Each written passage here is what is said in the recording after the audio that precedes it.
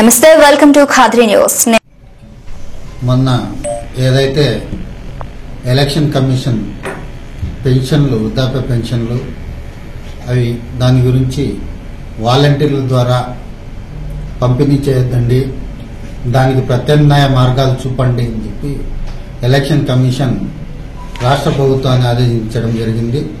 దాన్ని దృష్టిలో పెట్టుకుని వైసీపీ పార్టీ వాళ్ళు దాన్ని చిలవల పలవలు చేస్తూ అది ఎన్డీఏ కూటమి పార్టీలు ఏవైతే ఉన్నాయో టీడీపీ, జనసేన, బీజేపీ వాళ్ళు అదే పనిగా ఎలక్షన్ కమిషన్ మీద ఒత్తిడి తీసుకొచ్చి పింఛన్లు 1వ తేదీ ఇవ్వకోకుండా జాప్యం చేయడానికి కారణం, ఇబ్బందులు పడడానికి కారణం ఈ కూటమి మాత్రమే అని చెప్పేసి వైసీపీ వాళ్ళు దుష్ప్రచారం చేస్తున్నారు. దీన్ని పూర్తిగా ఖండిస్తున్నాం. ఎందుకంటే గతంలో కూడా పెన్షన్లు, గత ప్రభుత్వంలో కూడా పింఛన్లు సక్రమంగా ప్రతి ఒక్క లబ్ధిదారునికి పింఛన్లు చేరాయి. ఆ రోజు ఈ వాలంటీర్లు లేరు. అలాగే ఈ రోజు దేశవ్యాప్తంగా వాలంటీర్ వ్యవస్థ అనేది లేదు. అయినా కూడా ప్రతి ఒక్క రాష్ట్రంలో కూడా ప్రతి ఒక్కరికి లబ్ధిదారులకు తృప్తిగానే వాళ్ళకు పెన్షన్లు చేరుతున్నాయి. ఈ రోజు సచివాలయాలని చెప్పి దాదాపు 11-12 మంది ఉద్యోగస్తులు సచివాలయాల్లో పనిచేస్తున్నారు. వాళ్ళ ద్వారా ఎందుకు మీరు పింఛన్లు ఇంటింటికి వెళ్లి పంపిణీ చేయట్లేదు? అలాగే సినిమా వస్తే, పవన్ కళ్యాణ్ గారి సినిమా వస్తే సినిమా దగ్గర అమ్మేదానికి, సినిమా టికెట్లు అమ్మేదానికి కూడా మీరు ఎంప్లాయీస్ ను ఉపయోగించారే. ఈ రోజు ఎందుకు ఇంటింటికి వెళ్లి సక్రమంగా మీరు పింఛన్లు పంపిణీ చేయలేకపోతున్నారు? ఇదంతా కావాలని ఈ ఎలక్షన్లలో ఉపయోగించుకోవడానికి ఈ విధంగా తప్పుడు ప్రచారం మొదలు పెడుతున్నారు. కాబట్టి దీన్ని తీవ్రంగా ఖండిస్తున్నాం. కాబట్టి ప్రభుత్వానికి ఒక్కటే మేము విజ్ఞప్తి చేస్తున్నాం, మీరు సక్రమంగా మీ ఉద్యోగస్తుల ద్వారానే మీరు ఇంటింటికి ఈ పెన్షన్లు చేరవేయాలని చెప్పేసి దీనికి ఏ పార్టీ కూడా బాధ్యత వహించదు. కేవలం మీ వైసీపీ దుష్ప్రచారం చేస్తున్నారు. ఎవరైనా ఏదైనా చనిపోతే దాన్ని కూడా ఈ వృద్ధాప్య పెన్షన్ వల్లే చనిపోయినారని చెప్పేసి లాస్ట్ కు సీఎం గారే చెప్పే స్థితికి, దీన స్థితికి మీరు దిగజారంటే ఎంతవరకు సమంజసమని చెప్పి మేము చెప్తున్నాం. ఆంధ్రప్రదేశ్ రాష్ట్రంలో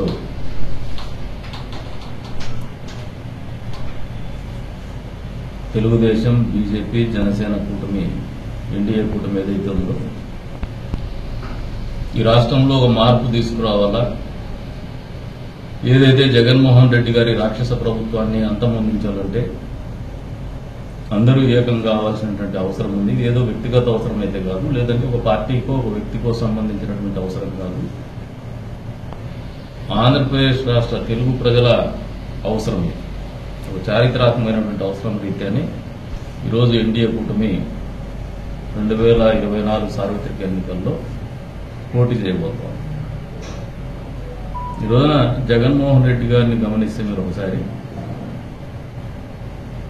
అనేక రకాలైనటువంటి హామీలు ఇచ్చి అధికారం లేకొచ్చినారు. ప్రజలకు ఒక్క ఛాన్స్ పేరుతో మభ్యపెట్టగలిగినారు. అధికారంలోకి వచ్చిన తర్వాత ప్రజారంజక పరిపాలన అందించకుండా ప్రజాకంటక పరిపాలన అందించేటువంటి కార్యక్రమం మొదలుపెట్టారు. ప్రజావేదిక కూర్చివేయడం ద్వారా ఎప్పుడు కూడా డిస్ట్రక్టివ్ పాలిటిక్స్ నే నమ్ముకున్నాడు కానీ కన్స్ట్రక్టివ్ పాలిటిక్స్ నమ్మనటువంటి ముఖ్యమంత్రి ఎవరైనా చరిత్రలో ఉన్నారంటే జగన్మోహన్ రెడ్డి గారు మాత్రమే ఈ సందర్భంగా చెప్తాను. అందుకే ప్రజాగాలం పేరు మీద ఈ రోజున కూటమి అభ్యర్థులందరూ కూడా ప్రజల్లోకి పోతారు. ఈ రాష్ట్రాన్ని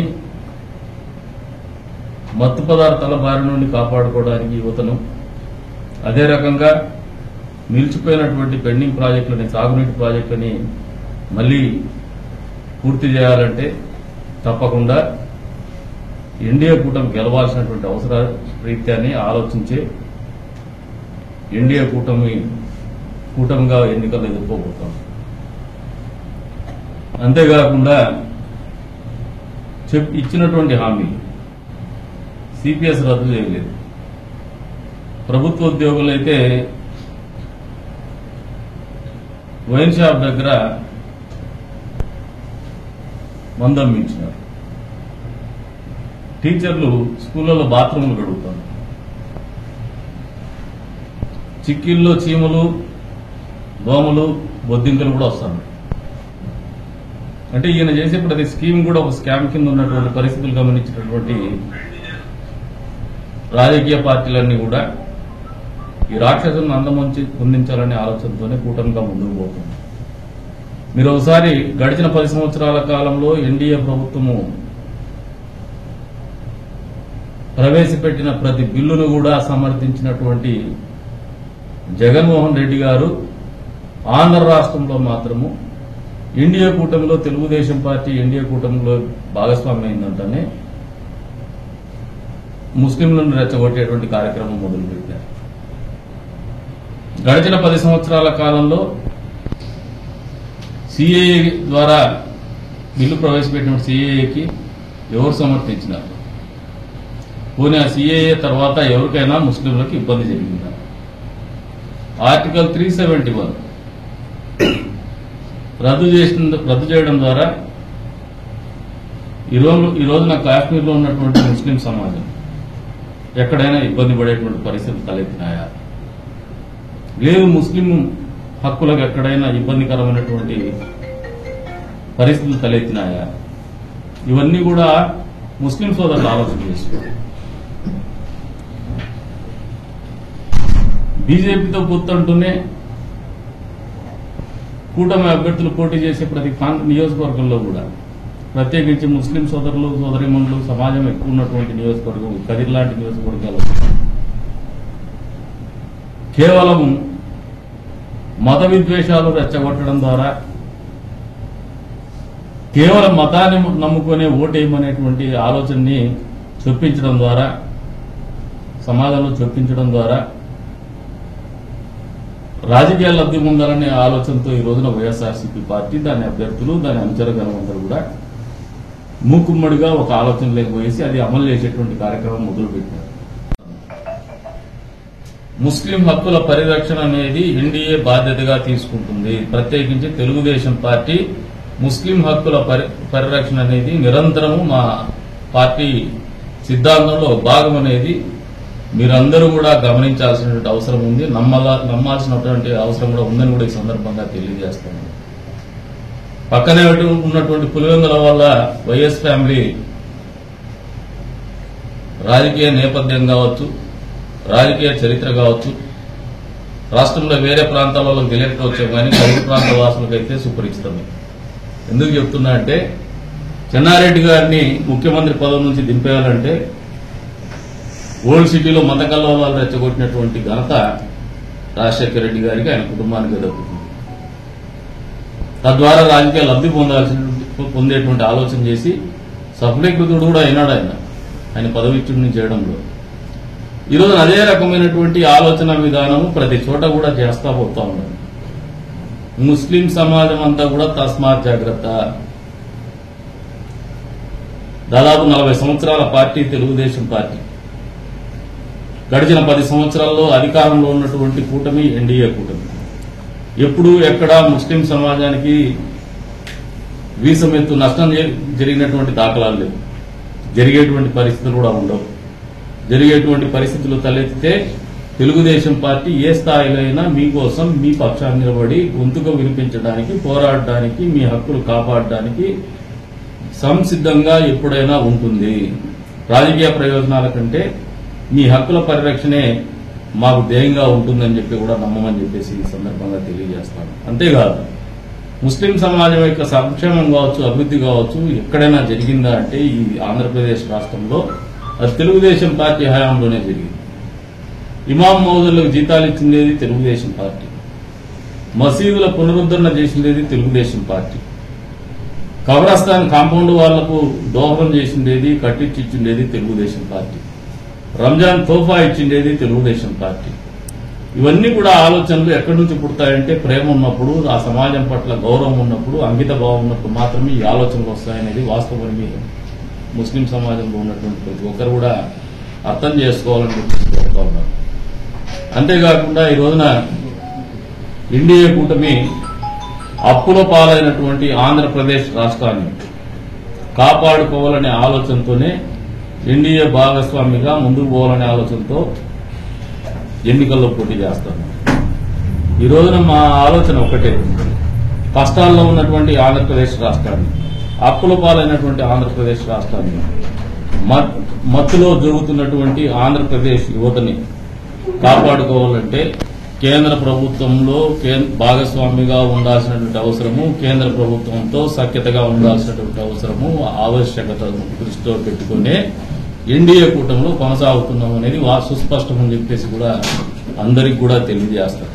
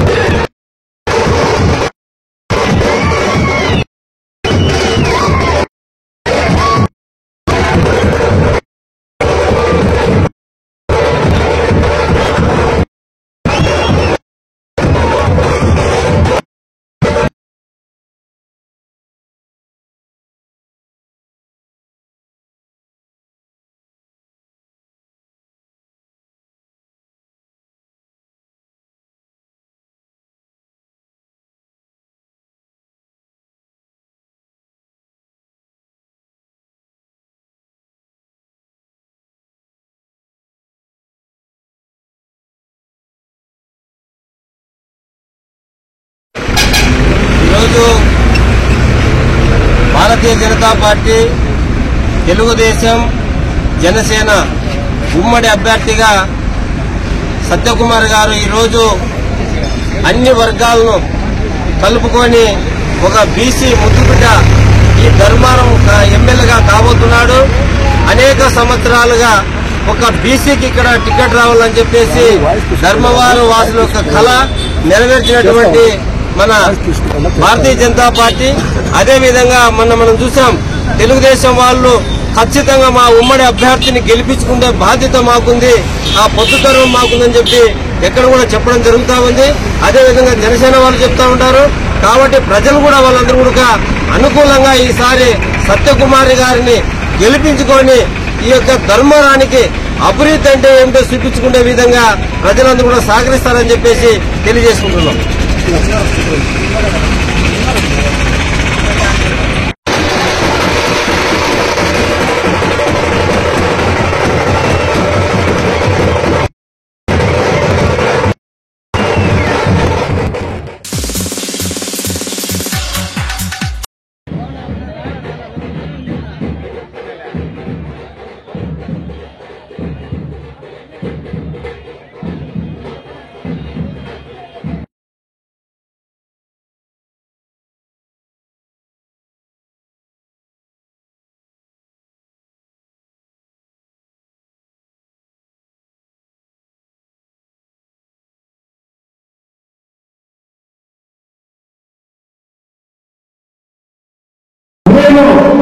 గతంలో చంద్రబాబు నాయుడు గారు తల్లికి రాక ముందు మేము వైఎస్ఆర్ కాంగ్రెస్ పార్టీలో పనిచేసిన వ్యక్తిని, కదిరి పట్టణ అధ్యక్షుడిగా పనిచేసిన వ్యక్తిని, దీర్ఘకాలం పాటు దాదాపు 8-9 సంవత్సరాల పాటు వైఎస్ఆర్ కాంగ్రెస్ పార్టీలో కదిరి పట్టణ అధ్యక్షుడిగా పనిచేసి డిప్యూటీ వేసారి కదిరి పట్టణానికి ఈసారి పనిచేసే నాయకుడు కావాలి, మాటలు చెప్పే నాయకుడు వద్దు, కదిరి అభివృద్ధి చెందాలి.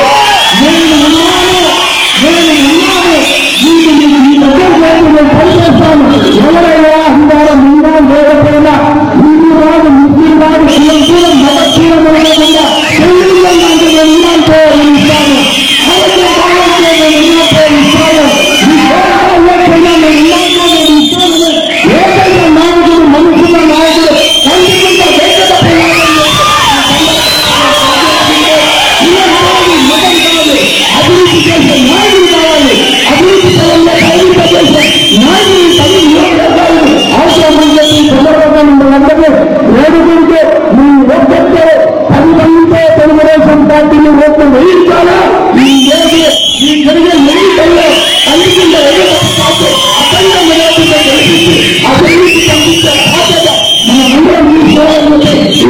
విధంగా తెలియజేస్తుంటే మీ అందరికీ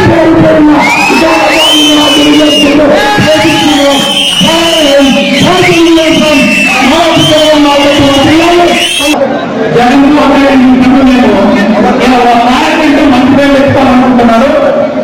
నాయకుడు కీర్తిని కార్యక్రమం చేసుకుంటున్నారు. చాలా మంచి పనులు చేస్తాడని మేము అనుకున్నాము. ఆయన ఇంకొకటి టార్గెట్ గా పెట్టుకున్నాడు. ఆయన ఎన్టీ రామారావు గారిని టార్గెట్ గా పెట్టుకున్నాడు.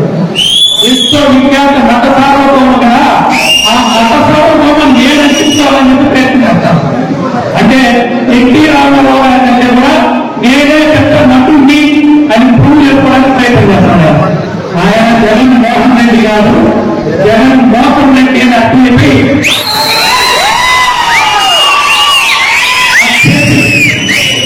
ఆ స్టేషన్ వదిలేసి వాస్తవంతో పిల్లలు పక్కనే మేము ఎందుకంటే రెండో ఆయన చేతికాలం చేస్తుంది చేతికాలంతో వయసు 7 ఊళ్ళు ఎక్కువ చేస్తారు. అవునా?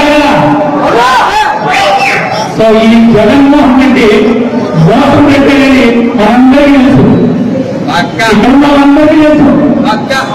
అవునా కదా? మీ ఎదురు తెలిసినా, మీ పక్కింటి తెలిసినా, మీ వీధిలో వాళ్ళకి తెలిసినా తెలియదు కదా? చెప్పాల్సిన మాట ఏమిటి? మనదే జాతీయంగా ఉన్నాయి. ఇవన్నీ కూడా ఆకలింపు చేసుకున్నటువంటి ఎన్నికల్లో మనకు కూడా మీరు ఒకసారి ఆలోచన చేసుకుంటే మీకు వాళ్ళకు వస్తున్నటువంటి జడాలు ఉంటాయి. మనకు నిద్రపడ కలిగినటువంటి ప్రాణం పోయినా జడ్ల కింద పడేయకుండా మన ఎండ వచ్చేటువంటి ఏ మాత్రం బాధపడుతున్నారని మన ఎండ వచ్చేటువంటి నిద్రపడ కలిగినటువంటి కార్యకర్తలు పేద వర్గాలు మనకు సొంత పేదకొండ వర్గాలు మనకు సొంత అదే చూస్తే ఈ రోజు ప్రచార కార్యక్రమం కూడా నిర్వహించేటువంటి పరిస్థితి లేదు.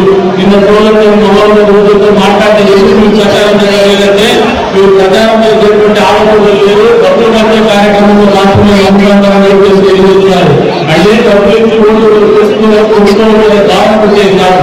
మీరు ఒకసారి ఆలోచన చేసుకోండి. ఇది పెట్టినటువంటి వాళ్ళు చాలా సందర్భంగా ఉన్నాయి. నీ బిడ్డ ఎందుకు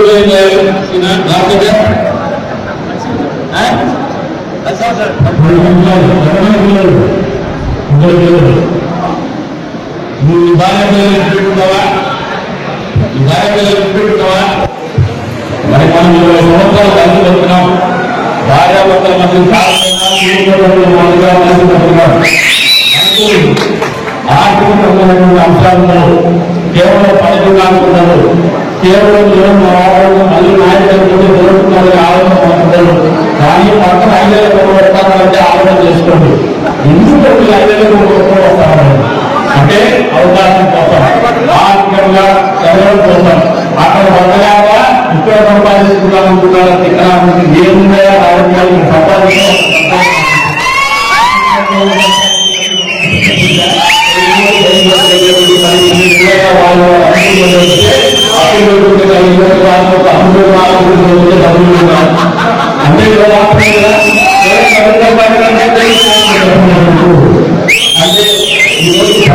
అంటే మనమందరం కూడా ప్రజల కోసం, సమాజం కోసం, పాపం కోసం, 10 మంది కోసం పనిచేయటువంటి వ్యక్తులు వాళ్ళు ఏకమైన మన ఆలోచన పుస్తకంలో ఉంది, మన ఆశయం స్పష్టంగా ఉంది, మన సంకల్పం నిరోధంగా ఉంది, మన పోరాటం కూడా అంతే నిరోధంలో ఉండాలి. రావాలని ప్రతి ఓటర్లు కూడా కార్యక్రమం తీసుకోవాలని ఉద్దేశిస్తున్నాను.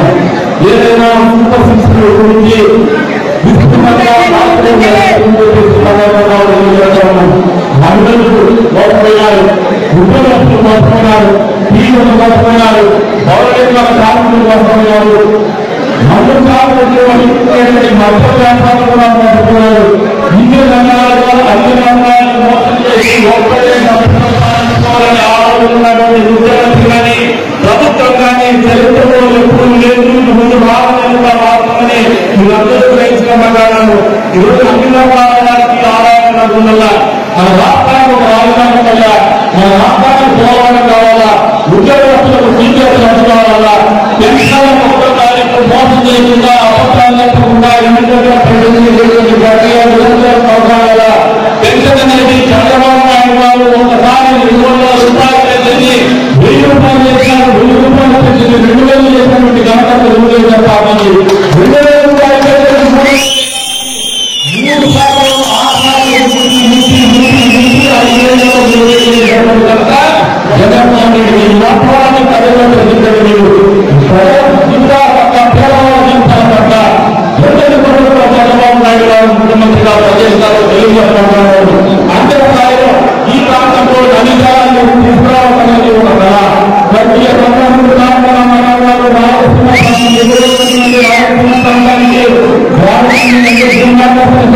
నీరు ప్రారంభించేటువంటి పరిస్థితి లేదు. ఈ ప్రాంతాన్ని ఏ రకంగా పరిరక్షించుకోవాలని ఆలోచించుకొని ఆ రోజు చేస్తే దాన్ని దాదాపు తీసుకోవాలని నిబంధన సాగించినటువంటి ముఖ్యమంత్రి ఉన్నానంటే అది చంద్రబాబు నాయుడు గారు. మనం అదే ప్రాంతంలో ఉన్నటువంటి ఆ రోజు చిన్నప్పుడు నుంచి దీనికేదాన్ని చేస్తే దాన్ని 4 సంవత్సరాల ఇళ్లైనా కూడా ఆచరణలో తీసుకురావాలనేటువంటి ముఖ్యమంత్రి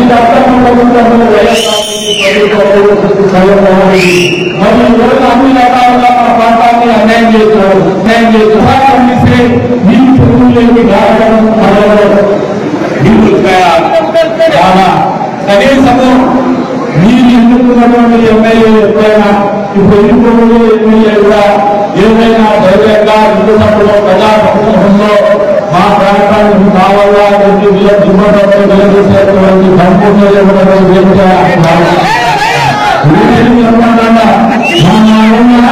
ప్రభుత్వం ఉంది. రాష్ట్రానికి పట్టుబడి ఇస్తే కానీ ఎమ్మెల్సీ గారి చేసుకోకపోతే పరిగెత్తు పరిపాలన జరుగుతుంటే అంత్య స్థాయిలో ఈసారి మనం నియోజకవర్గంలో ఎమ్మెల్యేగా గెలవగలుగుతున్నాం.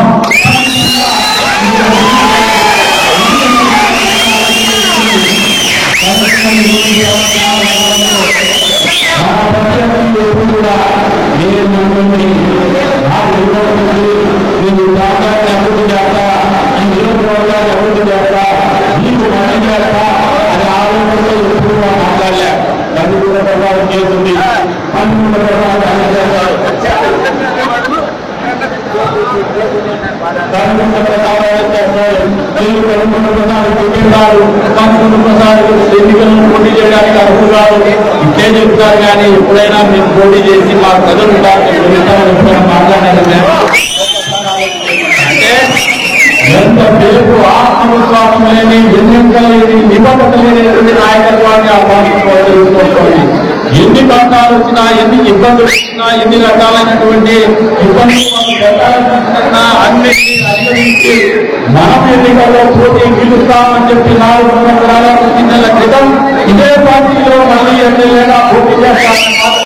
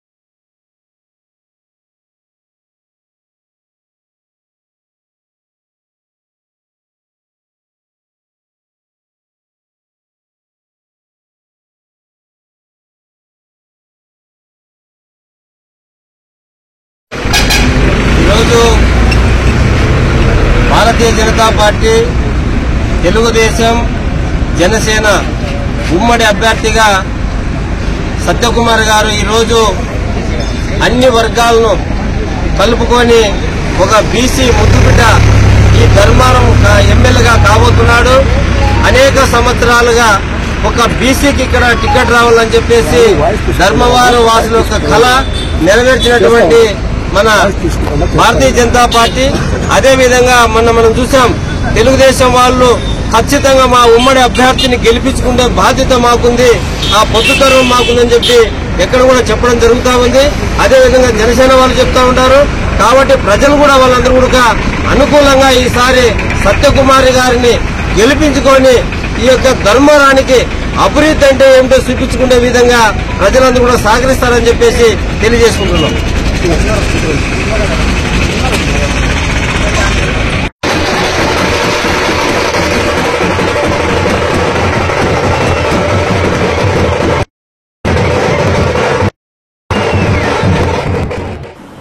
ఇది ఇప్పటివరకు నా అప్డేట్స్. మరిన్ని అప్డేట్స్ కోసం చూస్తున్నానండి ఖాద్రి న్యూస్.